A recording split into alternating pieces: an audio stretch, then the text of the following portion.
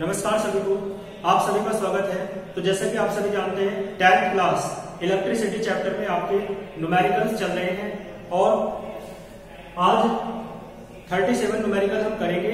36 numerical में आपको कोई प्रॉब्लम नहीं होगी। एक एक न्यूमेरिकल में आपको करा रहा हूं, तो इतनी उम्मीद मैं आपसे कर सकता हूं कि प्रत्येक न्यूमेरिकल आप अच्छे से तैयार करते चल रहे होंगे। कोई प्रॉब्लम यदि आपको आए तो आप बता सकते हैं विदाउट एनी हेजिटेशन। आइए 37 न्यूमेरिकल पढ़ते हैं, किस प्रकार से दिया हुआ है 37। बुक निकालिए और पढ़िए। देखो, when A current of 3 ampere is flown in an electric heater. एक करंट है यानी एक इलेक्ट्रिक हीटर है जिसमें कितना करंट फ्लो हो रहा है 3 एम्पियर का। ठीक है, तो देखो आई इक्वल्स मैंने लिखा है कितना 3 एम्पियर। आगे देखो उसने क्या कहा, 4 मिनट्स 4 मिनट तक फ्लो होता है करंट, तो टाइम 4 मिनट्स दे रखा है। आप जानते हो 1 मिनट में 60 सेकंड होते हैं, 60 सेकंड्स होती है। तो मिनट को सेकंड में बदलने के लिए आप किससे मल्टीप्लाई कर दोगे 60 से। आगे बढ़ो, उसने कहा 540 kilo joule heat is produced. 540 kilo joule heat is produced. तो हीट का मींस क्या है, यानी हीट एनर्जी है। तो W is equal to 540 kilo joule. Kilo का मींस क्या होता है 10 टू द पावर 3। ये बात ना पता हो आपको तो लिख लेना रखो कि 1 kilo is equal to 10 to the power 3 होता है। ठीक है ना, तो देखो कितना हो जाएगा आपका ये 54 इंटू 10 टू द पावर 4 हो जाएगी, है ना, इतने जूल आ जाएगा। आगे उसने क्या कहा, आगे उसने कहा calculate the resistance of the wire of the heater. जो वायर है हीटर का उसका रेजिस्टेंस आपको फाइंड करना है, यानी कैपिटल R। तो we have to find the resistance of the wire of the heater, that is capital R। तो देखो इसके बाद मैंने बताया था ना आपको न्यूमेरिकल करने का तरीका, जो जो गिवन होता है वो और जो फाइंड करना है वो, उनके बीच रिलेशन का एक फॉर्मूला ढूंढते हैं और याद रहता है तो फिर आई जाता है एकदम रात। तो R इक्वल्स टू आपका क्या हो जाएगा, आपको फाइंड करना है। तो फॉर्मूला बताओ, कोई याद हो तो आपके। ठीक है ना, क्या होता है formula, W equals to I square RT होता है। ठीक है ना, W equals to I square RT। तो देखो यहां से W की वैल्यू रखो, कितनी है, कितनी है आपकी, ये 54 इंटू 10 टू द पावर 4। इसके बाद देखो I की वैल्यू कितनी है आपकी 3 एम्पियर, तो 3 का स्क्वायर हो जाएगा। R आपको फाइंड करना है और T की वैल्यू आपको पता है 4 इंटू 60। तो वैल्यू होगी, ये जो R को छोड़कर R की वैल्यू निकालनी है ना, सारा कुछ अपोज में आ जाएगा इधर। तो कैलकुलेट करो।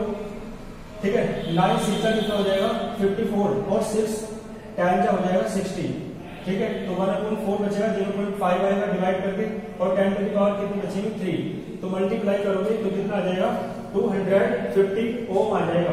इसका मतलब है hence the resistance of the wire of the heater. जो वायर है आपका हीटर का उसका रेजिस्टेंस आपको कितना मिला 250 ओम। यहां तक क्लियर होगा आपको। आइए फिर क्वेश्चन नंबर 38 पढ़े। इसने कहा है टेम्परेचर ऑफ ए वायर। किसी वायर का जो टेम्परेचर है इंक्रीज बाय 3 डिग्री सेंटीग्रेड, कितना बढ़ा दिया जाता है 3 डिग्री सेंटीग्रेड बढ़ा दिया जाता है। ठीक है ना, तो टेम्परेचर को थीटा से डिनोट कर दो, तो थीटा 1 कितना दे रखा है आपको 3 डिग्री सेंटीग्रेड, यानी इनिशियल टेम्परेचर दे रखा है थीटा 1। आगे उसने क्या कहा, when current is passed in the wire for some time. जब वायर में करंट कुछ समय के लिए बहता है तो उसका टेम्परेचर कितना बढ़ जाता है 3 डिग्री सेंटीग्रेड। तो आगे देखो पढ़ो, if the current is doubled. उसने कहा यदि करंट को डबल कर दिया जाए, यानी पहले जितना करंट फ्लो हो रहा था उसका डबल यदि अब कर दिया जाए। इसका मतलब हमें तो पहले यही नहीं पता कि पहले कितना करंट फ्लो हो रहा था, तो हम पहले वाले करंट को I1 को कितना मान लें स्मॉल I। हम मान के चले कि पहले करंट कितना फ्लो हो रहा था I। ठीक है ना, तो अब उसने क्या कहा है आगे, करंट को डबल कर दिया जाता है, यानी नाउ I2 जो है आपका पहले वाले का कैसा हो जाएगा डबल, यानी कितना हो जाएगा 2I। आगे उसने क्या कहा देखो, how much the temperature of the wire. Wire का जो टेम्परेचर है वो कितना हो जाएगा, will increase during the same interval of time, यानी उतने ही समय में जो वायर है उसका टेम्परेचर कितना अधिक हो जाएगा, टाइम उतना ही है लेकिन करंट पहले का क्या कर दिया है डबल। तो टेम्परेचर पूछा है, यानी थीटा 2 उसने फाइंड कराया है। तो एक फॉर्मूला आप लिख लेंगे, शायद बुक में नहीं है लेकिन न्यूमेरिकल दे रखा है। तो क्या है formula, theta 1 upon theta 2 is equals to I1 upon I2 का होल स्क्वायर। बात की है थीटा 1 की वैल्यू आपके पास है 3, थीटा 2 आपको फाइंड करना है। I1 की वैल्यू और I2 की वैल्यू रखो, I से I कैंसिल हो जाएगा, तो 1/2 का होल स्क्वायर है, 1 का स्क्वायर तो 1 आएगा, 2 का स्क्वायर क्या आएगा आपका 4। क्रॉस मल्टीप्लाई कर दो तो θ2 आपका कितना आ जाएगा 12 डिग्री सेंटीग्रेड, यानी डिग्री सेल्सियस पे आप इसे कह सकते हो। Has the temperature increases 12 degree centigrade, तो यानी जब करंट को दोगुना कर दिया जाता है, डबल कर दिया जाता है, तो जो इंक्रीज होता है टेम्परेचर में वायर के, वो कितना होता है 12 डिग्री सेंटीग्रेड। तो ये आंसर है, लिखने का तरीका है, ठीक है। इसके बाद 39 क्वेश्चन देखें क्या कह रहा है वो, पढ़ें, ठीक है। क्वेश्चन नंबर 39 पढ़ें फिर आप।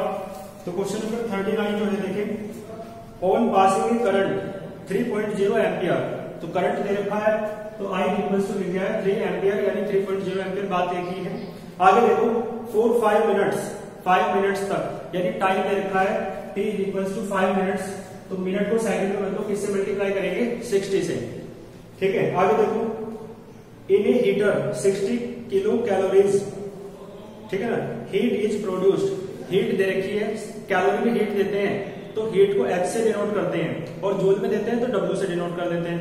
तो हीट कैलोरी में दे रखी है, किलो कैलोरी में, तो H से डिनोट करेंगे 60 किलो कैलोरी, किलो का मीन्स मैंने बताया आपको 10⁻³ होता है, तो देखो कितना हो जाएगा 6 × 10⁴ हो जाएगा ना।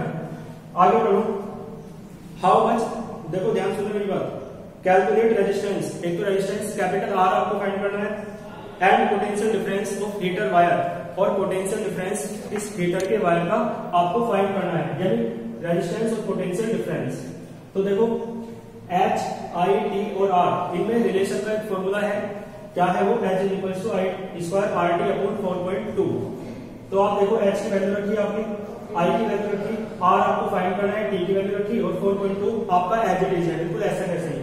तो देखो R आपको निकालना है, तो ये अपोन वाला इधर चला जाएगा ऊपर, और ये मल्टीप्लाई वाले अपोन में चले जाएंगे, ठीक है। देखो कैलकुलेट कर लो, पॉइंट हटाओ तो अपोन में 10 आ जाएगा, ठीक है।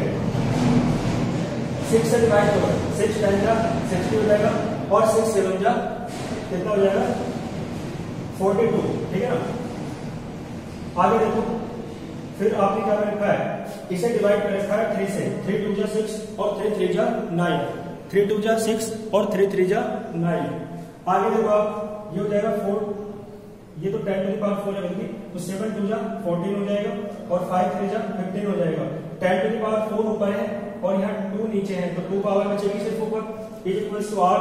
तो डिवाइड करोगे, देखो डिवाइड करके मैंने दिखा रखा है, शायद आपको दिख रहा हो, ठीक है ना। तो डिवाइड करके मैंने दिखा रखा है, तो कितना आ रहा है 0.933, और इनको में 100 लिख सकते हो आप इसे R, तो मल्टीप्लाई करेंगे कितना आ जाएगा, R इक्वल्स टू 93.3 ओम आ जाएगा, क्लियर है। तो इसके बाद पोटेंशियल डिफरेंस आपको निकालना है, आप फॉर्मूला जानते हो, V इक्वल्स टू IR। तो देखो I की वैल्यू दे रखी है 3 एम्पियर, R की वैल्यू भी आपने निकाली है कितनी, 93.3, तो मल्टीप्लाई करोगे तो 279.9 आ जाएगा, और देखो पॉइंट के बाद 9 है, तो लास्ट वाले डिजिट को छोड़कर उससे पहली वाले डिजिट को 1 बढ़ा देते हैं, तो देखो ये 9 10 हो जाएगा, तो 10 का मतलब 1 कितना हो जाएगा 280 हो जाएगा, ठीक है ना। तो इसका मतलब है 280 वोल्ट लगभग आया आपका पोटेंशियल डिफरेंस। तो हैज करके लिखते हैं, बाद में लेफ्ट हैंड से मैंने बताया रखा है आपको, has the resistance of the wire bracket में capital R is equals to 93.3 ohm, clear. Potential difference capital V is equals to 280 volts, ठीक है। इसके बाद के जितने भी न्यूमेरिकल्स होंगे आप करके देखेंगे, और कोई प्रॉब्लम आए तो आप बता सकते हैं, लेकिन यहां तक तो तैयार कर ही लेना अच्छे से, ठीक है। आप सभी अच्छे से ध्यान रखें, पढ़ते रहें, ऑल द वेरी बेस्ट।